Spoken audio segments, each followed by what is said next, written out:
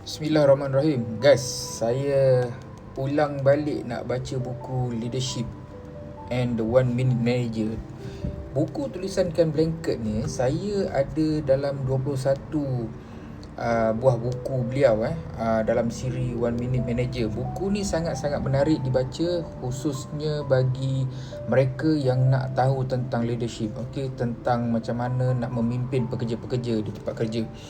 Dan buku ni saya dah beli pada tahun 2013, bulan April 2013.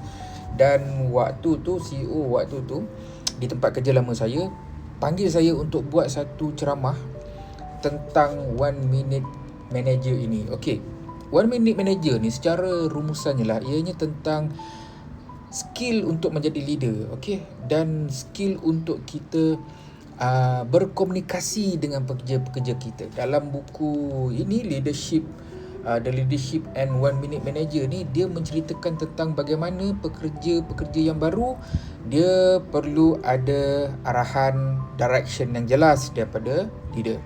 Pekerja-pekerja yang dah berkemahiran mungkin tak perlu sangat ada instruction, tetapi mereka memerlukan sokongan. Alright.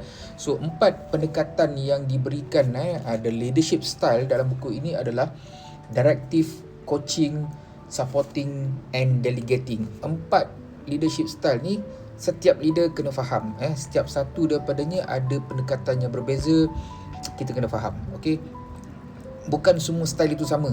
Itu yang penting sekali yang kita kena faham. Bukan semua style itu sama, dan bukan semua pekerja perlu kita berikan leadership style yang sama. Right? So kita tahu bila nak mengarahkan, bila kita nak membimbing, bila kita nak menyokong, dan bila kita nak delegate the work to them. So saya rasa saya nak buatlah training module untuk The Leadership and 1 Minute Manager ni, ataupun dalam siri 1 Minute Manager. Apa kata anda kalau saya nak buat ni? Anda okey ke tidak? Right? Assalamualaikum.